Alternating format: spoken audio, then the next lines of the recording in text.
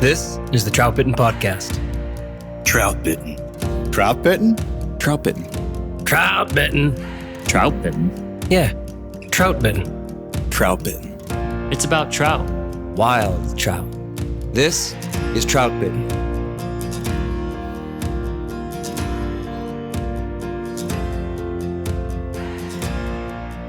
This is the Troutbitten podcast. Thanks for tuning in.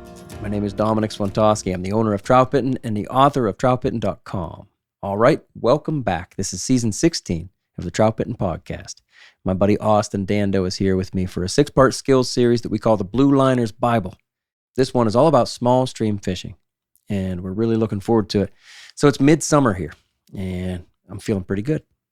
Just want to thank everyone out there for the truly massive support of the Troutbitten project. Really, in so many ways, the audience is a community. You get a bunch of messages and things coming in. Just feels good. I just appreciate everybody's support out there when we do the videos. Just great feedback, these podcast series. I know a lot of people are looking forward to this, kind of like we are. We've talked about this before. We've brought up the Blue Liners Bible idea. And it's Blue Liners because we're talking about small streams, blue lines on a map, Blue Liners Bible.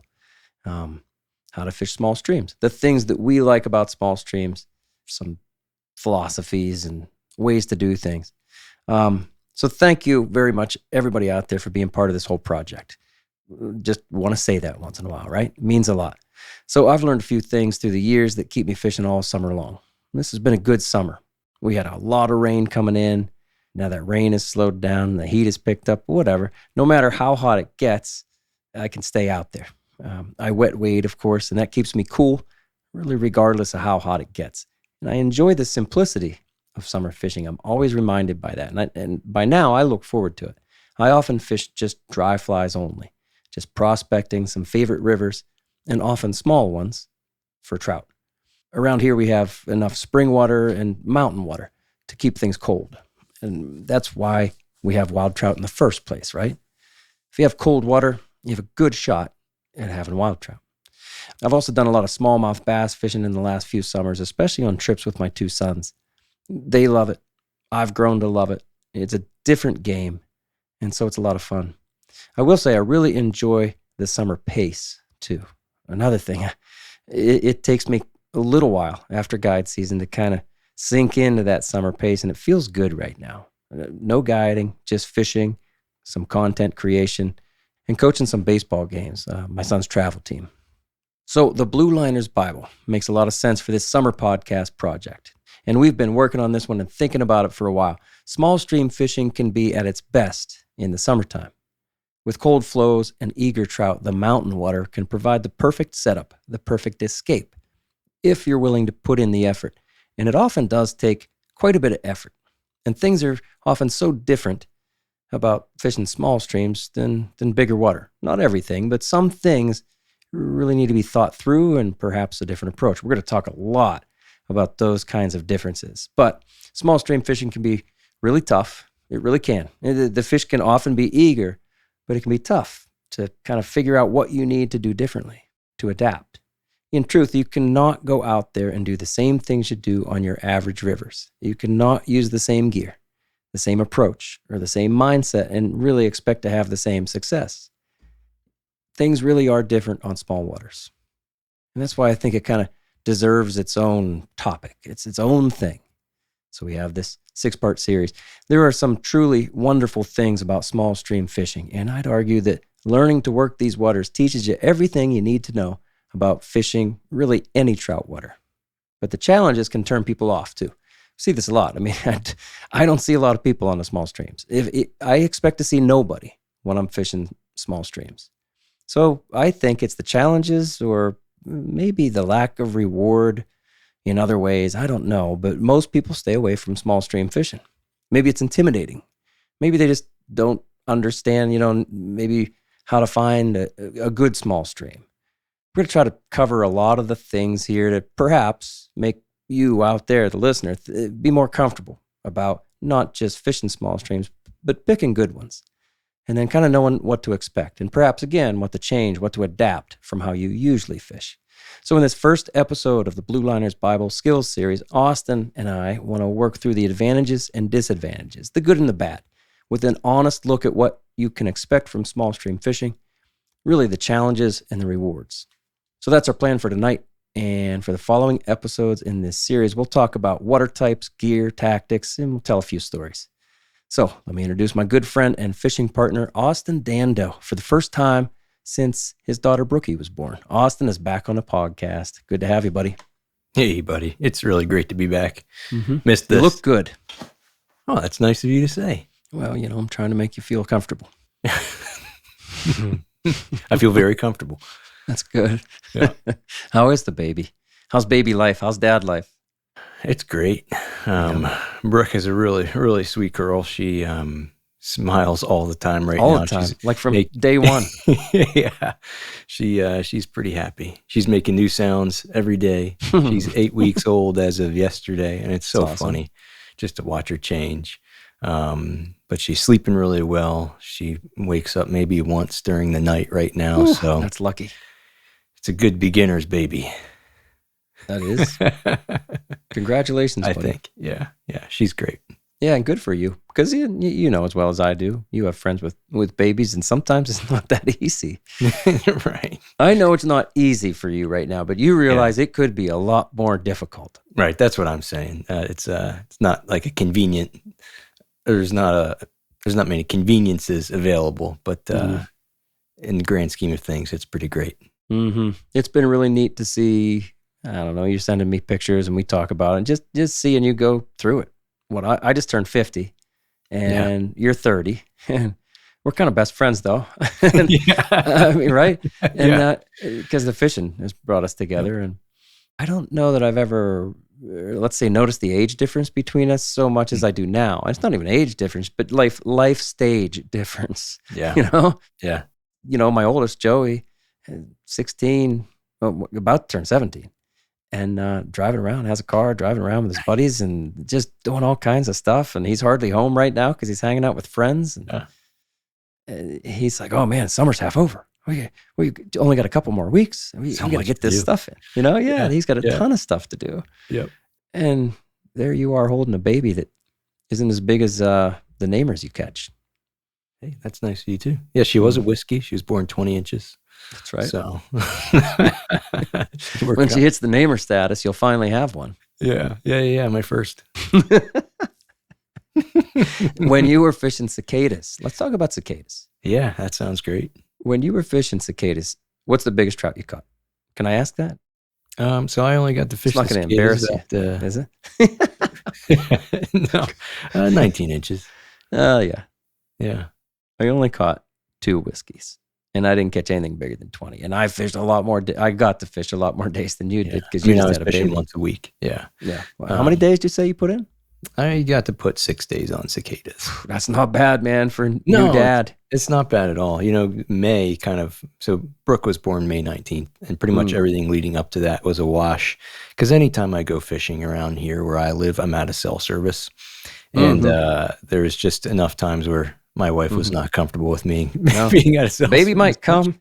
Yeah, so the beginning of May was kind of gone, and then there was a couple weeks after she was born, and then my wife Paige said, you know what, go ahead. I have some folks or some friends coming over tonight. They're going to want to hold the baby the whole time, and I got to go out for an evening.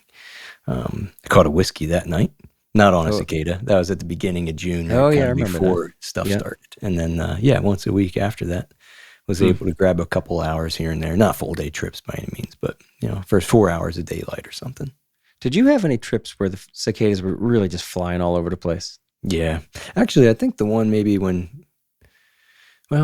mid-June, like I remember it was June 16th or something, and then the week after that were the 2 weeks that I noticed them the most flying all around, like running into me. Yeah, I know. Those are and the then best. really showing up on the water too. Them Sure. Yeah. The day we fished together is the day I saw the most bugs on the water. We fished twice together. Well, sorry. The first time we fished together. Right. That was when I saw the most bugs on the water. Yeah. It was good. I mean, we're going to have a whole cicada wrap up for everybody out. Yeah. Oh my gosh. Yeah. For everybody out there, we should mention, we decided as a group, we just weren't going to talk cicadas even this Right year. on. Once the year turned, once we got into January, we're like, okay, not going to talk cicadas. Just didn't want to bring more attention and more pressure to the whole thing. Yeah. My biggest fear is that this whole area would be overrun with anglers. Well, the saving grace of the really high water that we had for so long right during the cicadas is that hardly anybody was fishing it. I say hardly anybody. There are people. But you and I knew where to go. Just go where the people aren't going to be. Basically where the water was high. Yeah. I mean, it would have been completely different if the conditions were, average or below average. It would have been a lot more crowded out there. So we didn't talk about it before. We haven't talked about it during. I never posted anything. Right. I never posted the word cicada on Instagram until it was over. And it is over. We fished the memory, as we say, for a while. Yeah. And I pushed that for 2 weeks after the cicadas were gone. And they are gone. There's not a shred of evidence left. Do you have any cicadas on your property? Any sign of them? No. So Paige and I went for a walk along the creek on Sunday evening, and I saw like one wing, and that was it. Isn't that something? Yeah. We talked about that. It's like nature just cleans up after It's all itself. gone. Yeah. Yeah, you mentioned not posting things and not trying to draw a lot of attention to it. And I admire that a lot because not only did you decide not to post things or advertise it, but you also decided to take a guide season essentially half off. Oh, yeah. And give up those days when most of others would do the opposite and try to book as much as they could or advertise it as hard as they could. But, that's something different. And I don't know. I admire you for doing that, being true to it. It's nice of you to say. In fairness, I mean, I have other sources of income. You know that, like guiding has become not my main source of income anymore, and it's the podcast here, it's the videos, it's the articles and things like that. So, if all I was doing was guiding, I just don't know what my decision would have been, Austin. Fair enough. However, 17 years ago, I promised myself and I promised Steve Sawyer. We said we were going to do it again. We said, man, because back then it was the best fishing of our lives. It was really cool. Absolutely amazing. And we were like, man, we're going to be like 50 years old because Steve's birthday is August 1st. Oh, nice. And so he's 49 right now. But we said, man, and back then we're like, we're going to be 50. We're like, we got to do it again. No matter what, we got to do it again. Yeah. So as I knew it was coming, I did. I cleared the calendar. And as you know, I didn't even take my camera along. I did not. I took a couple cell phone pictures. I decided I was just going to fish simple. I didn't do any filming. Now I could have filmed and like made a fish and film video, that I put out in August. I kind of thought I might do that. Once I got into it, I was like, no, this is like too special. Maybe I was being selfish about it, but I was like, it's all mine. Like I'm doing this for myself in a way. But then I fished with you a couple times. I fished with both my boys 2 or 3 times. I fished with my dad on my 50th birthday. I thought that was really special. Oh, man. We all missed your birthday. That's all right. And then I fished with Steve Sawyer. Really big on it anyhow. No. I feel bad, though. Going to feel bad either way. You didn't miss it. You just decided not to acknowledge July 3rd? 2nd. Oh, see? Don't even know it. See? Don't even know it. No. I fished with a couple other people, too. Happy birthday. Thank you. It was really neat that I got to fish with, some of the most special people in my life during really, the most remarkable thing that happens around here on these rivers. And I said we're going to do a full recap. I feel like that's what we're doing right here is maybe talking a little too much about some cicadas. Yeah. Yeah, it was something. So we should let it go. And I'll tell you what, season 17 then in the fall when the full crew format comes back, we'll definitely we'll call it a cicada wrap up or something like that.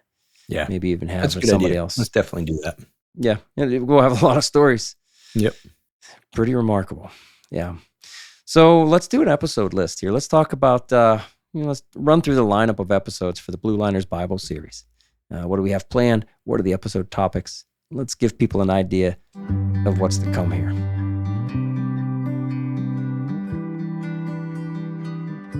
Since 2006, Yeti has been building products for anglers who fish hard and share an addiction for the woods and the water. Yeti changed the industry with their legendary coolers by featuring rugged but simple designs built to last for generations and stand up to whatever Mother Nature might bring.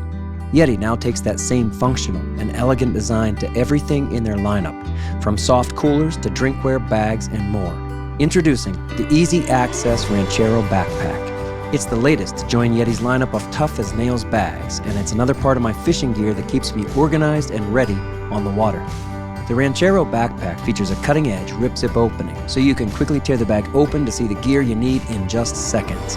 With smart internal organization, there's no more digging through your backpack for tippet spools or fly boxes. And for even more convenience, a handy vertical zipper allows you to grab gear at the bottom without having to unpack from the top. Get in, get out, and get going. Check out the Ranchero line of backpacks at Yeti.com or find them at a Yeti retailer store near you. Tactical Fly Fisher was founded by Fly Fishing Team USA angler Devin Olson to bring anglers cutting-edge gear and techniques inspired by the World Fly Fishing Championships. Tactical Fly Fisher's goal is to supply you with the latest and best fly fishing gear and to help you learn how to use it through their videos and books. Whether you need flies, fly tying supplies, a new rod or reel, or any other fly fishing equipment, they've got you covered. Check them out at tacticalflyfisher.com and use the code TB15 to get 15% off one order, excluding rods, reels, waders, and boots. Visit tacticalflyfisher.com. All right. Episode 1, we've got laid up to be the good and the bad, the advantages and disadvantages of small stream fishing. And we'll talk about topics and questions like why fish small streams anyhow? What's the point? What are the benefits and the rewards? How about the payoffs? Yeah. And why do so many anglers avoid these types of water? What are the challenges? Are they hard to overcome? And if so, why? And what really holds people back out there? Right on. So that's tonight, episode 1. Episode 2 then, next week, is all about finding productive water. Where should you fish? How do you find these no-name streams or waters off the beaten path? I'm going to say no-name a lot through this series. I don't literally mean that they don't have names, but they have names you've never heard of a lot of times. Nobody talks about them. You're not going to find them even in a guidebook, usually, right? But you will find them on some state agency lists, and we'll get to that next week. And then how can you have confidence in your choice to fish these streams? Because they have no names. And once you're at the stream, what water type should you fish? You know, that's, again, this is all about finding productive water in episode 2. And how do you choose those best sections? Once you see the river, how do you know what to fish? And then, should you return to the same waters? What if it's fantastic? But should you just fish that one, or maybe something upstream of it, or the next valley over would be just as good or better, right? Kind of thinking those things through in episode 2. Nice, that's good. Episode 3 is going to be all about dry fly fishing on small streams. Sort of a fun characteristic of small streams is often fish are willing to rise, and the dry fly fishing can be quite good. And they can be a primary tactic often. So we're going to cover things like prospecting, different gear for fishing dries, strategies for fishing dries, everything about that. Yeah, I wanted to put that as the first tactic because I think it should be the first thing that you focus on as you're learning to fish small streams. Not only is it going to teach you the necessary casting around structure and overhanging branches and things like that, I just think it's the most fun. For me, it's the most fun. Maybe it's not fair to say that it would be that way for everybody. I think it's very important to learn to fish dry flies on small streams. I guess when we get there, we'll talk about it. For me, it is the primary tactic. I'm a little disappointed when they won't take my dry flies on a small stream. But anyway, episode 4 then is about nymphing on small streams, and I do that plenty. We're also going to include dry dropper in that one too, which of course is a nymphing tactic, but they might eat you dry. Once again, the gear and the tactics for nymphing these waters then it can be a little different than dry fly fishing. So leaders, rods, and really fishing styles too. So tight line, nymphing, indicator nymphing, and again, dry dropper maybe. Episode 5, we're going to talk about big trout, streamers on small streams. Now, not every small stream is going to hold big trout, but for the ones that do, how do we find those? Streamers can be a pretty good primary tactic in a way to target these fish. There's different gear that we need to consider when fishing streamers on these waters than we do for dry flies and nymphing often. And our approach and coverage and things like that are all going to be somewhat different on how we look at it. Yeah, I think I'd rather fish streamers on small streams than nymphs. But again, I'd rather fish dries first. Yeah. And I'll be honest, I have not caught that many big fish out of small streams. We'll talk about it when we get there. I've caught a couple. Yep. Maybe a handful. Yeah, it's a fun conversation. It is. But if you hit them at the right time with bigger flies, and I've been doing it more in the last 5 years, let's say, if you really kind of commit to just throwing streamers in some small water, man, you can turn over some amazing things sometimes, especially if you're fishing the right water. We'll talk about it all in episode 5. Episode 6 then is the last one, and it's for sharing small stream stories. And we'll talk about other stuff too, besides just stories. I'm sure kind of by then we'll have a lot of feedback from you, the listener. I'm sure that we'll field some of your questions, and maybe that'll compose part of episode 6 as well. So maybe some of your stories. Send in some of your stories and definitely your questions, maybe things that we're saying along the way that are confusing you. Definitely like to have these things interactive. Like I said, man, it's a community. So we'll share in episode 6 some, remarkable things that can happen on a small stream. Wildlife of all kinds. We see it. I mean, that's where I run into bear like a half dozen times a year. Black bear, not grizzly bears. My favorite, snakes. Love the snakes. Yep. Big snake guy. Big friend of the snakes. I'm a big snake guy. Love them. Can't get enough. And then, I don't know, there's just something about the feelings that we get out there and share some of that, I'm sure. And sometimes odd things happen. I've gotten a little turned around a couple times. Well, on the walk out. You can't really get lost if you just go downstream. Yeah, follow it. Yeah, but I've tried to, I'm going to cut this corner off and go over the mountain. Oh my gosh. Yeah, I'll tell a story. Yeah. Remind me to tell a story. Yeah, remind me to tell a story about fishing. The last time I fished a small stream with Dylan, who was my border collie, and he was over 10 years old and had some real health problems. I was like, he'll be all right. We were out till like 1 a.m. because it got dark on us. Remind me to tell that. That's going to be a good one. Mm-hmm. So these 6 episodes will not cover everything. I know we say this with every skills series. And as I was going through this Blue Liners Bible concept and really trying to break it down, I should say too, I have the very rough outline of a Blue Liners Bible book. That's not going to be the first book. The monorig book is something I'm working on real hard this summer. But the Blue Liners Bible could be 12 chapters, I think. And I was like, well, we could do a skills series that's 12, but that's not the idea of these skills series. And it's summertime. And I do want to work on other things. And I was like, I don't want to do 12 episodes. I don't think you do either, new dad. Yeah, exactly. So we are realizing that we're going to leave a lot of stuff on the table. And we're saying that, right up front here. There's going to be a lot that we don't necessarily miss, but we have to leave. Can't say it all in 6 episodes, but we'll do our best. I think it's going to be a fine start. And it's an in-depth look. What we want to do is give you an in-depth look at what it takes to be a successful small stream angler, not just to catch fish out there, because I feel like most people can do that, go there, catch a couple fish, but to really enjoy the process, like what it's all about, kind of sink into a lifestyle, maybe, of fishing small streams. Let me say, like, I spent 2 or 3 years, when I first got back here, right here, would have been 2003. And I had spent a lot of time in the 90s here. Then I went to Charlotte for a minute, and then I finished school at IUP. And when I got back here, you would think that I would have fished all our big names, all our big limestoners right here, right? Yeah. Instead, I spent 2 or 3 years, most times, fishing small streams, all times of the year. And I had, my border collie again, and he was in really good shape back then. And I told myself that I was doing it because he loved it. He loved it. And if I would fish one of our bigger waters and I wasn't, almost constantly moving upstream like you do when you're fishing a small stream, he'd get a little antsy, and I could tell he just wasn't enjoying it as much. But a big thing for me was just camping. I would spend I just overnight in a Nissan Xterra that I had.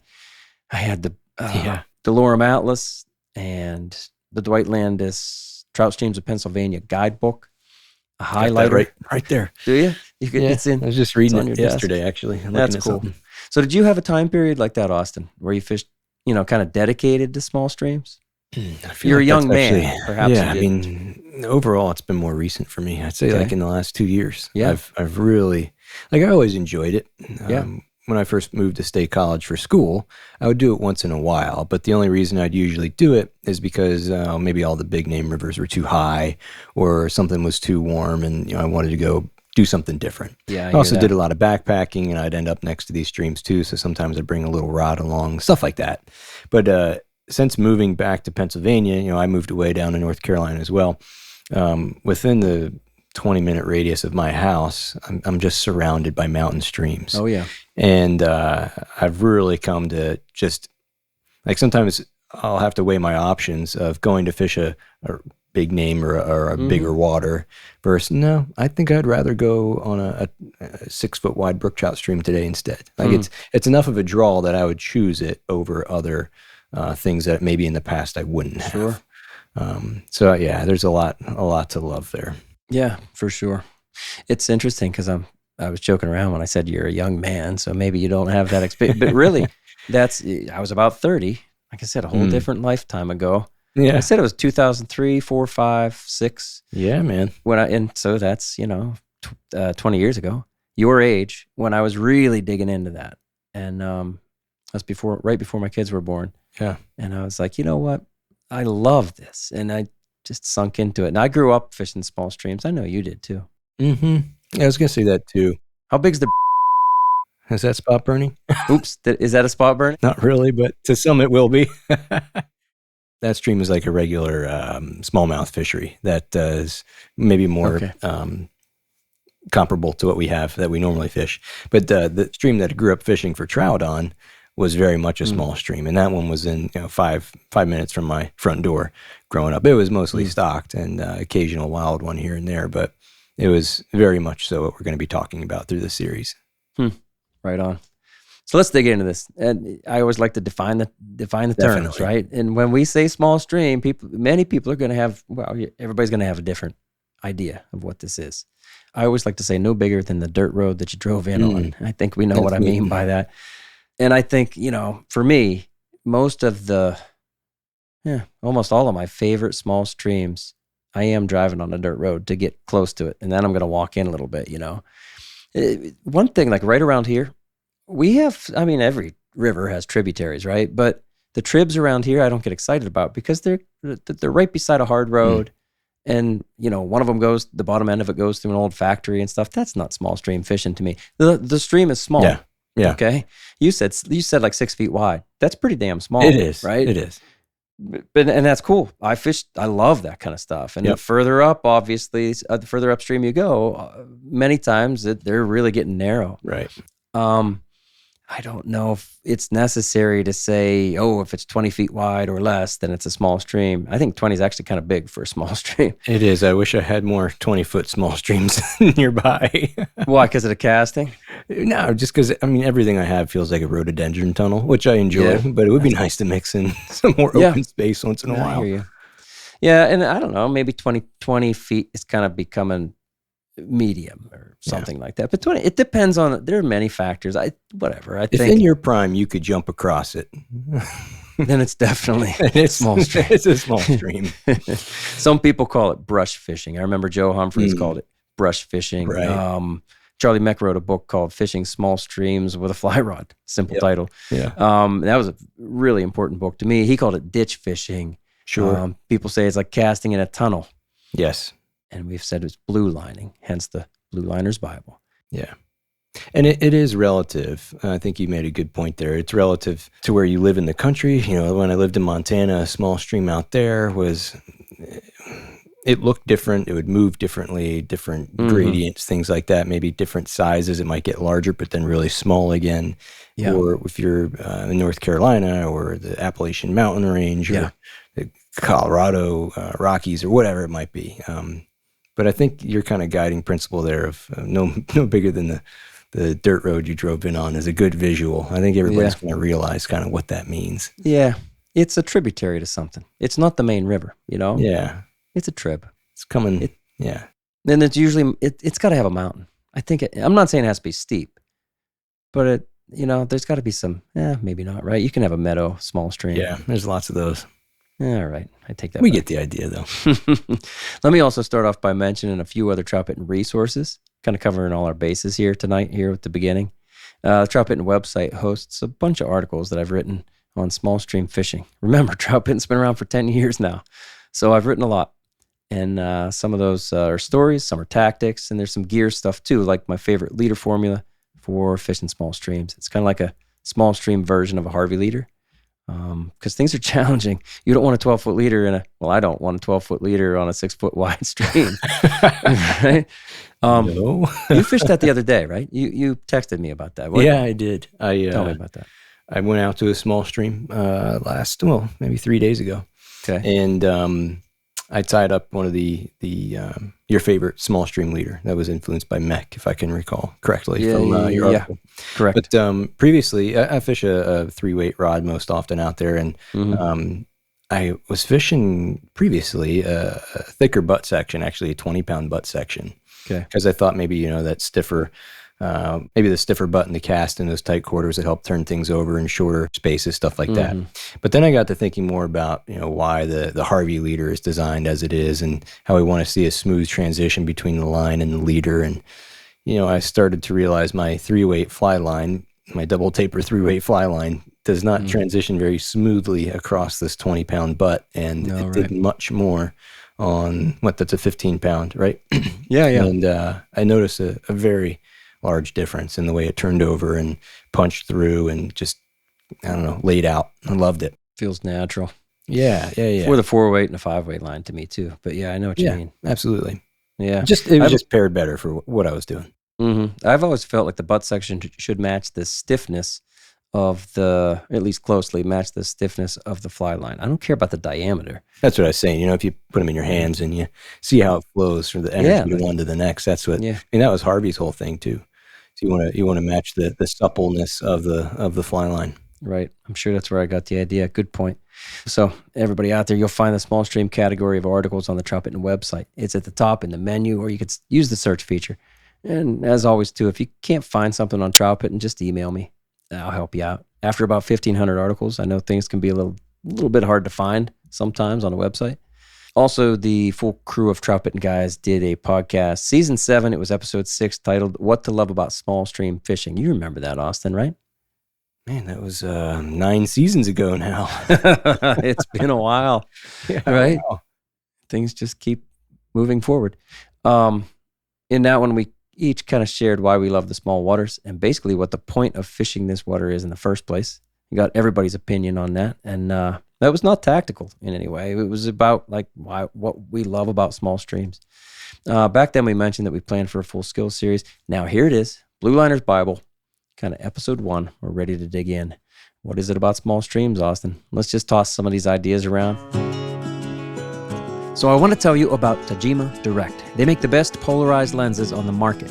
Tajima gives me perfectly clear vision and more detail with less eye strain, so I see more fish. The process is simple. Take a pair of your sunglasses and send them in to Tajima. In short order, you'll get your frames back with your choice of lens tints that are specifically designed for fly fishing. With both prescription and non-prescription, Tajima's patented lens technology results in the best lenses I've ever worn, including every top brand out there. So I wear polarized lenses all day, every day, on the water.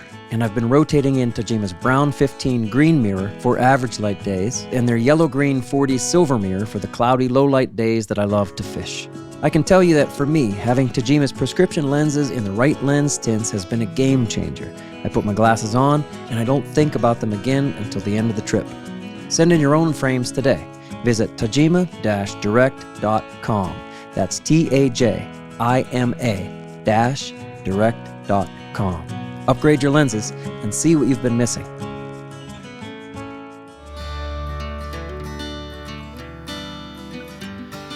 So Troutbitten listeners already know the crew's favorite beer is Broken Heel's Hazy IPA from New Trail Brewing Company. But our friends at New Trail are hard at work developing our next favorites. Each one is like a different fly pattern because some fit your current situation better than others. Like this one they call 24/7 because it's the beer we could drink 365, crafted to go anywhere, anytime. 24/7's light body and low alcohol make it a must-have when you've got day-long plans but still want full IPA flavor. Then there's Trail Marker West Coast IPA, inspired by classic pine and orange flavor. Trail Marker is brilliantly clear, nicely bitter, and available in 2 varieties, West Coast IPA and Imperial IPA. You can bet the Troutbitten crew will mix these styles into the cooler with Broken Heels. So check out newtrailbrewingcompany.com to find retailers near you or on the way to the river. What gives you trouble, and what have you learned? Remember, we're trying to talk about the good and the bad, the challenges, the things to overcome, the rewards, and the The things you hate. I don't know if I hate anything about small streams. Just the snakes. Yeah, I don't. Not a snake guy. Hey, what about that black snake that came in, right? Last time we were fishing the cicadas, big black snake came in front of me. You were Austin was upstream of me. Oh, yeah, I heard 50 yards, Yeah. right? Yeah, yeah. And, we were getting into some nice fish. And this snake came, everybody tells us the snake was coming right at me in the water. And it was. It gets like 8 feet away. I'm like backing up. I'm screaming. And my hands are up and stuff. And so Austin turned around, looked at me, and he's like, "Oh, okay, good. Dom's into a nice fish." Or you thought I lost one. Like an hour later, we catch up, and you're like, "Oh, how big was that one you lost?" I'm like, "It was a snake. I was making big noises because of a snake." It's like, he doesn't usually yell unless he's got a nice sucker on. Oh, there you go. Yeah. Right. Yeah. I did not catch a bass or a carp during the cicadas. Last time, and I'm just saying, like to me, I was expecting to do that. Last time I'd caught both species. It would make sense quite a bit. Would run into one, no doubt. Yeah, but not this time. Yeah, one of the first things off the bat that maybe everybody struggles the most with is tough casting and tight quarters and That's it. Yeah. overhanging brush and getting your fly stuck in everything imaginable. Yeah. That is something that people are going to hate, right? Yeah. Now, some people are going to love the challenge. I don't know that I loved the challenge at first. I did not. Now I feel like years ago, I felt like I got a handle on it, and I enjoy that now. I'm going to make my mistakes. I'm going to make plenty of mistakes, put it in a tree, miss my spots plenty of times throughout a day. But now I enjoy that challenge because it is a unique challenge. I think you're right. I think it's the tough casting that would be the number one thing that gives people trouble, and maybe they really, really don't like it. Maybe that is why people shy away from small streams. Yeah. I think too, just the physicality of often fishing small streams involves a lot of walking, crawling, kneeling down, kneeling on sharp rocks in the middle of the small stream, stuff like that is demanding on the body. And then, of course, then you got to get back out too. So there's a fair amount of work involved in getting through it, especially just like the bushwhacking of getting to the stream and then also working through some of that difficult terrain. Yeah, I don't think you can just stand in one spot and fish a small stream, No. I mean, we're mostly talking about wild trout streams here. And that's a real benefit, I think, is that, hey, these are mostly wild trout. I suppose you could go fish a small stream for stock trout. And quite honestly, I suppose, but I grew up fishing pretty darn small streams and they were stocked. However, they weren't in the mountains. They were kind of in those valleys I was talking about. One was right below a power plant, but it was not more than like 15 feet wide. Don't say that's what's wrong with me or something. I was going to say there's probably some nuclear trout in there or something. Yeah, I don't know. They stuck the heck out of it. It was put and take. But anyway, to me, that's not small stream fishing just because the small, maybe that's a point to bring up. When we say small stream fishing, we're talking about all this stuff, like the experiences, like you're saying, there's a physicality to it. Mm-hmm. And I'm saying that, okay, I was fishing a technically small stream when I was young, but we did stand in one spot because that's where they stocked it. You know what I mean? Yeah. And you could stand there and catch your limit of stocked fish because they probably had 500 trout within, 50 yards, Yeah.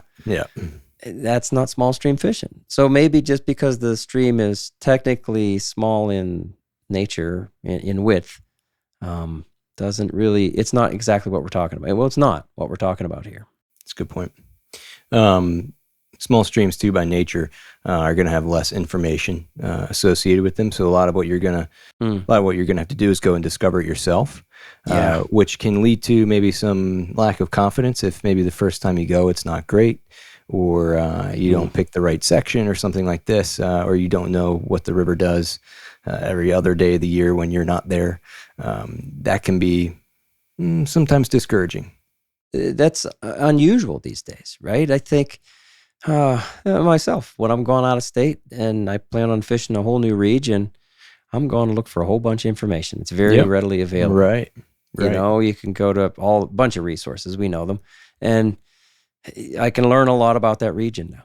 And that's what's common, right? And so now the uncommon thing is to go somewhere and you got to figure it out for yourself. You made a good point. It's kind of a do-it-yourself nature. You have to be willing to, not only dig in and find these, let's say, uncommon resources, things like state agency wild trout lists and Sure. wilderness trout streams, Pennsylvania Yeah. lists. Right. List those. And even Class A, Class B, Class C, Class D, they used to list in our state. Now they list wild reproduction, right? Mm-hmm. And Yep. it's not like it's hard to go get those lists, but it's not really common anymore because the common thing now is, again, go get the latest guidebook. Look at your Trout Routes app. Look at your Trout Unlimited group. They're going to, tell you exactly where you could go. Yeah. The next fly shop's going to be very willing to, help you out and all that stuff. Forums. We know all the resources you can use. But yeah, I think you got to do it more yourself. That is, I think, a really cool thing about it, though, too. Definitely. It's hard to get that confidence, though. Another fair point. Like you said, you can pick it, but how do you really have that confidence? That's like the whole conversation, right? In this state, if they list it as like Class A wild trout, Very good place to start. right?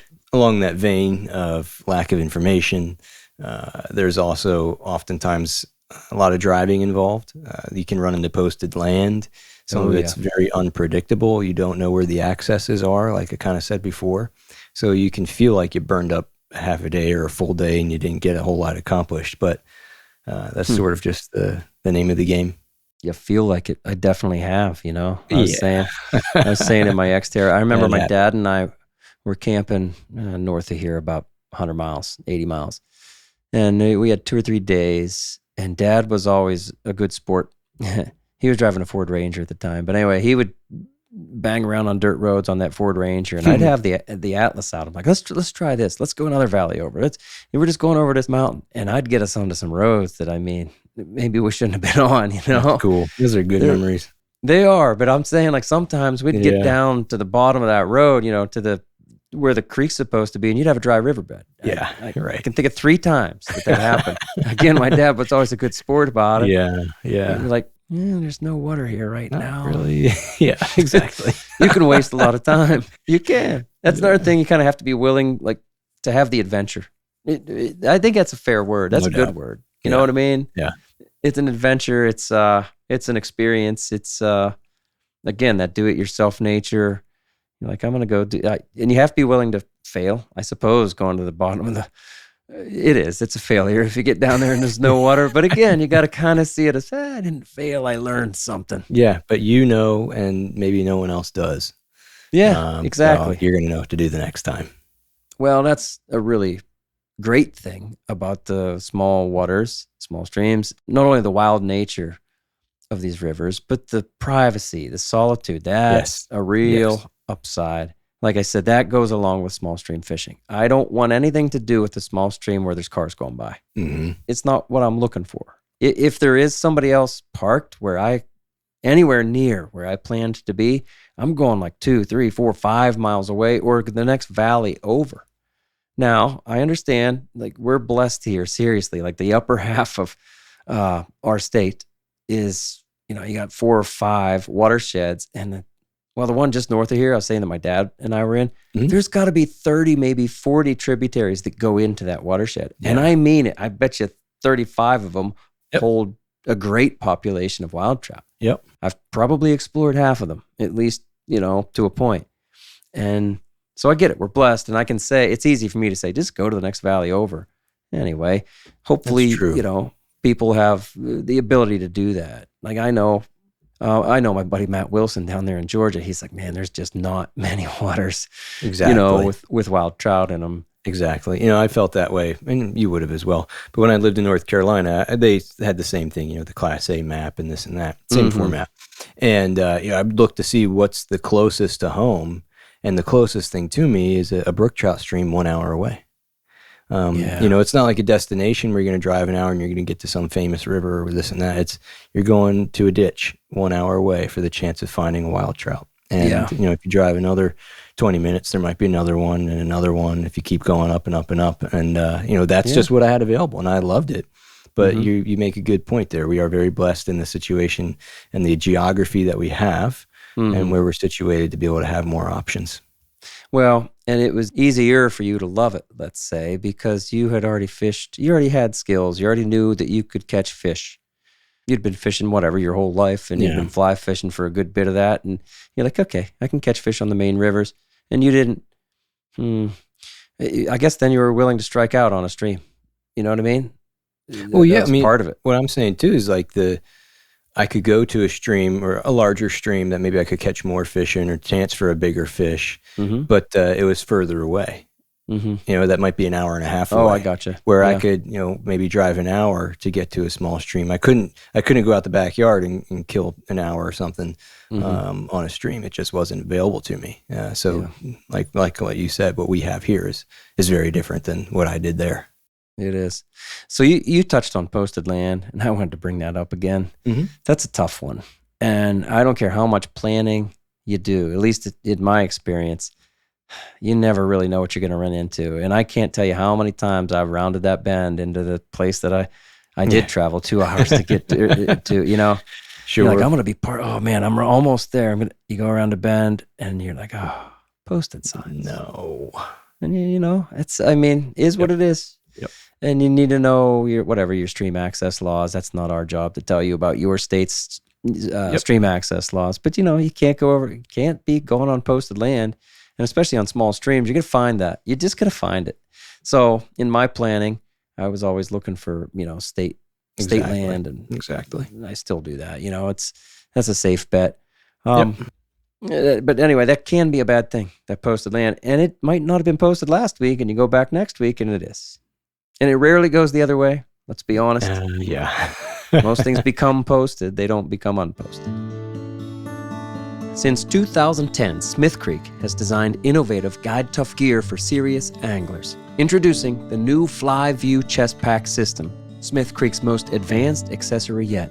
Built from marine-grade aluminum and lightweight PE foam, the Fly View is rugged, modular, and made to keep up with you on the water. Flyview's lid features a built-in 3x Fresnel magnifier, giving you a clearer view when you're tying on fine tippet, especially if your eyesight isn't quite what it used to be. With 5 swappable tray styles and an external lid patch with a magnetic fly holder, the Flyview chest pack can comfortably hold well over 100 flies, all in easy reach. Spend less time tying and more time casting with Flyview. Visit them online at smithcreek.co for more information. Yeah, so a lot of the downsides or the struggles that we just mentioned there are often probably our upsides as well about small stream fishing and you know, the small tight quarters casting. First, that's a real challenge, and then you keep working through it, and you get better and better, and all of a sudden you feel more functional. And now it's a fun thing to choose where you think you're going to put your fly, and then do it, and then you're really satisfied being able to go under the limbs and things like that. Putting in the work to get down to the stream itself, knowing that no one else is there and probably hasn't been there all year. A lot of that do-it-yourself nature, where you're feeling like, well, there's no YouTube video about this stream. There's no forum post about it. There's no fly shop report on it. You're going to go get it yourself. And again, it's just that feeling of solitude and the feeling that you're the first person to ever see it. It does feel often like you're a pioneer. Like, well, you could tell too. I mean, there's no flies in the trees. There's no boot tracks. Maybe you feel like maybe some hunters come down here. But, I think about it all the time, like when I catch an exceptionally small brook trout, or if I just catch one in general. Oh, he's never seen a human. This fish has never been caught before. No, for sure. At least where I go. Yeah. Very special feeling. Like you say, it's this do-it-yourself nature. It's this explorative nature, and you know that you might strike out. But you're like, okay, look, hey, great, it's not posted. Oh man, I'm coming in. Wow, this spot looks nice. And let me go upstream a little bit more. Wow, this water's nice and cold. You catch, maybe some wild brown trout right away, and then you keep going up, and you get into brook trout, like a stronghold of brook trout in the headwaters. And I've had these moments, and I'm like, my gosh, what have I discovered? Yes.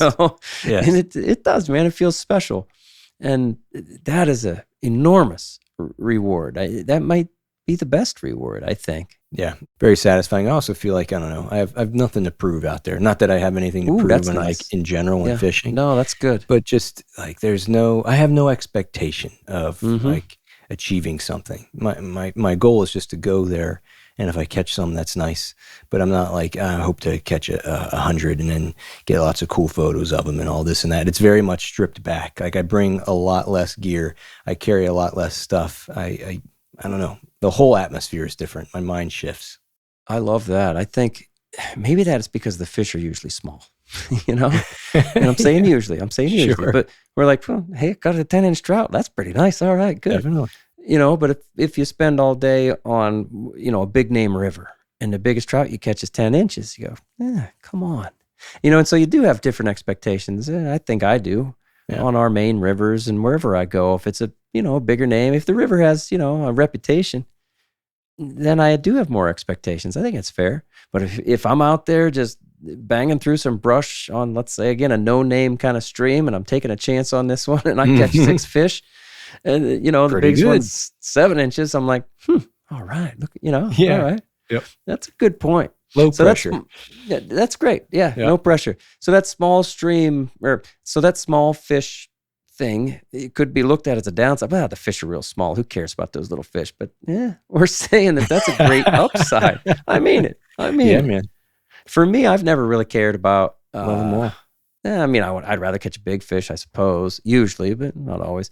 I think somewhere on a podcast, we all agreed that when we feel like we're catching some of the best fish out of that river system, so maybe it's 6 feet wide. Yep. And it's filled with native brook trout. If I'm catching a 10-inch brook trout, Definitely. I'm really happy about that. Yeah. And that can be the trophy, Yep. if we're catching some of the better fish out of the system and you feel like you're doing a good thing. No expectations. That's cool. You touched on casting. I wanted to bring this up. I really do think that casting on a small stream is the biggest challenge, but then reward. Nothing is going to challenge your fly casting more than casting through that tunnel. You said you got a lot of mountain laurel and stuff around. Yeah.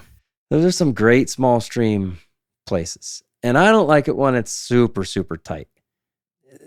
I guess as the years go by, the more I'm comfortable with it. I'm like, I got it. I really love the challenge. I'm telling you, if you can cast in these small streams, I mean really cast. And that's again why I'm saying learn to cast dry flies, fish dry flies in a small stream first. Boy, you are going to learn to control a good tight loop. And you'll eventually, pretty quickly really, if the casting form is good, you're going to put it in place and you go, man, wow, good cast. Wow, look what I did. Right. I just slid it right under that limb and, even gave the dry fly some slack. It's quite an accomplishment to be able to fish on a small stream all day and not throw your rod down in frustration. Like a tennis player. Break it over your knee. Yeah, exactly. Yeah. No, it's a tough thing. And anybody out there, if you've never done it, there's no room to be sloppy. There's no forgiveness. You are going to be in the trees, yes, but boy, you're going to get good at it. And boy, is that ever going to, it just improves the rest of your game. Again, you can take these skills then over to the large rivers. I think it's the same thing with reading water. You know what I'm saying? Right on. Yeah, I'm trying to think of anything that, these small stream, what I would consider refinements of your skills and abilities wouldn't transfer, wouldn't make you a better, more well-versed angler on larger waters. I mean, it just gets amplified, It's a great teacher. It is. Like I said, I feel like everything I needed to know about reading water, dude, I learned when I was just wading through the stream that was across from my parents' house, across the road and down into a valley. There weren't any trout in there. I don't know if there were any fish in there. I think I've told you about this before. Yep. And I used to just goof around in there. Yep. And it was 3 feet wide, 3 to 4 feet wide. Yeah. But I learned about stream, I don't know, hydraulics, let's say. I certainly wasn't calling it hydraulics when I was, 8, 10, 12 years old. I know what you mean. Just learned how the river flowed. I learned how the stream flowed. And now I know how a river flows. It's just, yes, it all transfers. And you really start to learn where trout hold as well. And we had a video about level breaks. I said levels, lanes, and seams, something like that, and sections and levels in a river. Like there are so many level breaks where like, okay. Oh my gosh. Yeah. You get up to this next kind of platform and then the next one, the next plateau, I should say, the next one, the next one. Yep. And there's next undercut. Everything is just changing. And it's constant. Here's a little piece of pocket water. Oh, there's a big pool. And there's a riffle. And it bangs up against the side of all that stuff. And the stream is often, flooding into the floodplain and creating a new channel and all that stuff. Boy, will it teach you how to read water. And that's a great benefit. Yeah, so kind of going back to the physicality one, hiking in, getting into position, but also two, crouching down, being stealthy, moving through the stream. Oftentimes, there's a lot of stealth required, and I think maybe there can be I don't know if it's a misconception is the right word, but that like small stream fishing, the fish are just gullible and they're going to eat your dry fly all day long. But that's not often the case. Sometimes you have to make some real distance casts and stay back, and also just conceal your presence very, very closely. Yeah. Sometimes the way these streams are laid out are not very conducive to hiding your silhouette or hiding your presence. So oftentimes staying low, working through it slowly, staying off to the side, watching your shadow, all that. The room for error gets a lot smaller the smaller the stream gets. Yeah, you said the fish aren't easy. They might be more, let's say, gullible. They're more eager because most small streams, mountain streams, are going to be fairly infertile, not necessarily a whole bunch of bug life, not necessarily a whole lot of things for the trout to eat. They might also be more gullible, more eager, because their feeding season is shorter, because maybe it just freezes over in the wintertime and they're hunkered down, low into the only flow that's actually flowing. They're almost in hibernation, whatever you want to call it. Yeah. So there's a shorter feeding season, less to feed on, and therefore they're more eager. And I almost take offense when people say they're like, oh, brook trout are dumb. They're not dumb. Exactly. They're smart to eat the next meal that comes by, right? But like you said, they'll teach you to be stealthy because they are extremely spooky, in my experience. And we're not only fishing these streams in the summer, but in the summer, with that water at its lowest, clearest. I mean, I've had days where it seemed like there's no fish in the river. Exactly. Because my presence was, the different things I was doing was putting those fish down long before I could see them, darting away or scurrying under a rock. Yeah. They were there in those streams. I mean, I know that the fish were there, but it seemed like there's nothing there. And I feel like it was my fault on some of those days. That is, again, one of the most challenging conditions that I'll face all year, is that kind of thing. And I need, like you say, kind of distance casting in a tunnel. You got to stay low, and your presence. We'll talk about, maybe approach and things to wear and stuff like that even. I've thought about that a lot, what you're saying there, and I've experienced it a lot, where I know the fish density is good, and I know there's plenty of fish where I'm at, but I'm experiencing that feeling that, well, it's like there's nothing in here. And I was thinking about it, 3 days ago. I was thinking of what you call the Paul Revere effect. Yeah, one fish learning the next. I'm like, I know this is what's happening. Yeah, I know. This is way too sweet. Yeah, so I had to change approach. You have to kind of understand your surroundings, and then making a good first cast really matters. Deli talks about that a lot. That's good. And boy, you're only gonna, especially in those kind of extreme, the lowest, clearest conditions, and maybe the sun's out. Those brook trout, just mountain trout in general, whether they're cutties, rainbows, browns. I mean, they're skittish. They're not going to put up with a bad presentation. Yep, I've never seen it before. No, they're going to get out of there. Like, something's up. And they're going to go tell their friends, and they'll tell two friends, and they'll tell two friends. Before you know it. And you might as well go home. They've got your picture posted all across the stream. I saw that guy's feet. Yeah. I've seen it before. That ain't right. That's funny.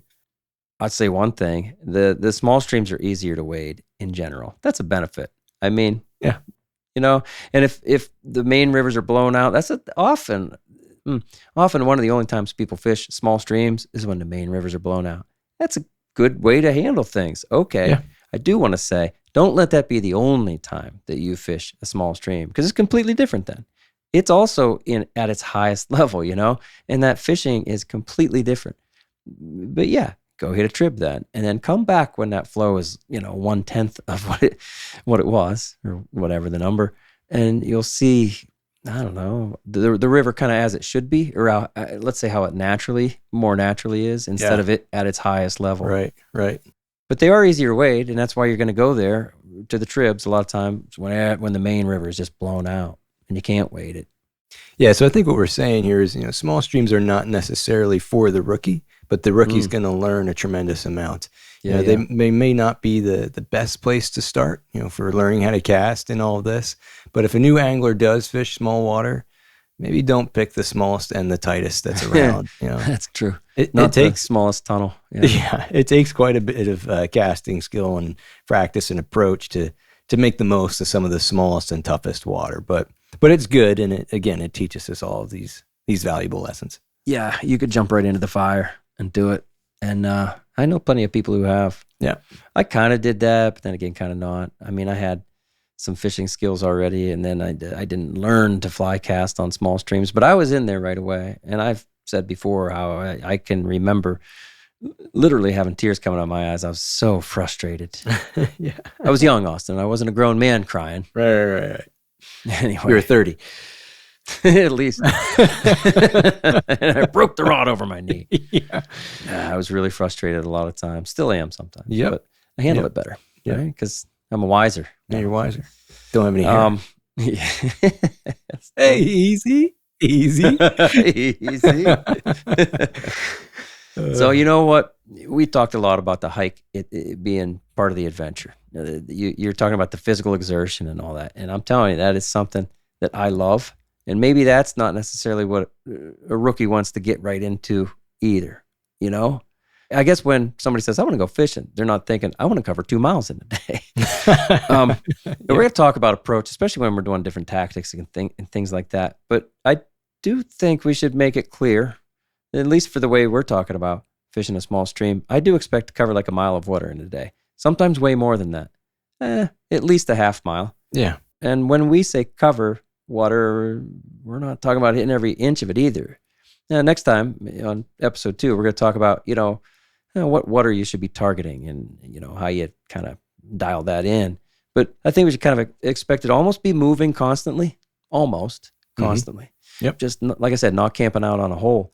But for me, that's good. I mean, I love that kind of thing. I told you how my border collie, Dylan, loved that. Yeah. I also just think it's healthy. It's just whatever, a good walk. And even kneeling down, getting, right. kind of gets all your muscles moving. It sure does. I think if you're doing it right, and it's good for your mind and body. But it's just way different than jumping over the guardrail and putting in and fishing a hole for a few hours. That's a fun way to do things too, but that's not what we're going to be talking about here with small stream fishing. We love it though. That's good. So anything else, Austin? Yeah, actually something I think you just said resonated. The idea that it's good for your mind. I've often used small streams in the past as a way to sort of give me a reset when either I feel maybe like a little burned out, or maybe it's prime season and I know that all the accesses are going to be busy or something like that. And I don't want to see anybody.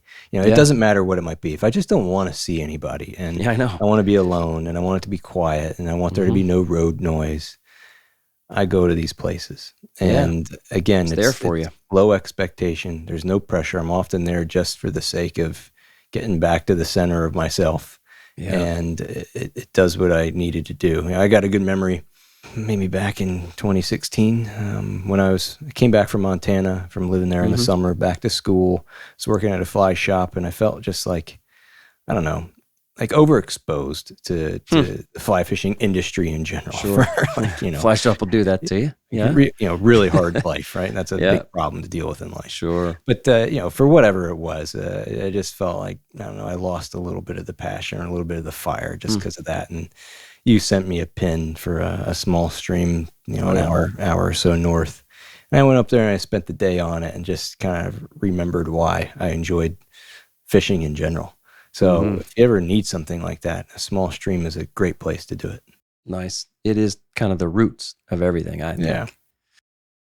All right, there it is. The good and the bad of small stream fishing. So somewhere in the last 10 years, since this Troutbitten project became my life, I realized that most long-term trout anglers, the ones I know anyway, have a real soft spot for small stream fishing. I think small streams bring the most important things about this game to the forefront. The wildlife, the woods and the water, the natural environments all give us the chance to sink into the moment and find the peace and solitude, that escape that most of us were seeking when we picked up a fishing rod in the first place. But good small stream fishing presents challenges that tap into the other side of every angler as well. Because we're forced to refine the casts and our presentations. We're challenged by the surroundings to remain focused, work with stealth, to cover water efficiently and not waste a good opportunity. The beauty of great small trout stream water and its surrounding valley is undeniable. That part is always good. But even the challenges or the perceived downsides of small stream fishing most often turn out to be positive, because tough situations teach us everything we need to know about reading water, about excellent casting, and a planned approach. All right, we're coming back next week with episode 2 of the Blue Liners Bible, Finding the Right Water. Thanks once again to all of our sponsors and all of our listeners. Thank you for being part of the Troutbitten Project. Fish hard, friends, and go find a small stream to fish for a few hours. Now, Mr. Austin Dando, will you read us out? Okay, so remember, the Troutbitten Project is a free resource for all anglers. The Troutbitten website hosts over 1,500 articles, videos, and podcasts with endless stories, commentaries, tactics, tips, and more. Find what you like through the top menu and through the search page. Navigate by way of the categories and the tags, too. Be sure to find the Troutbitten YouTube channel, now featuring the Troutbitten Tip Series, Fly Fishing the Monorig, and the Troutbitten Fly Box, all in collaboration with Wilds Media. You'll also find the fish and film videos and the new Riverside series, all in their own playlist on Troutbitten YouTube. Thank you for listening to the Troutbitten Podcast. Please give the show a 5-star rating on Apple Podcasts or Spotify and leave a comment, because that really helps. Until next time, friends, fish hard, enjoy the day, and find your life on the water.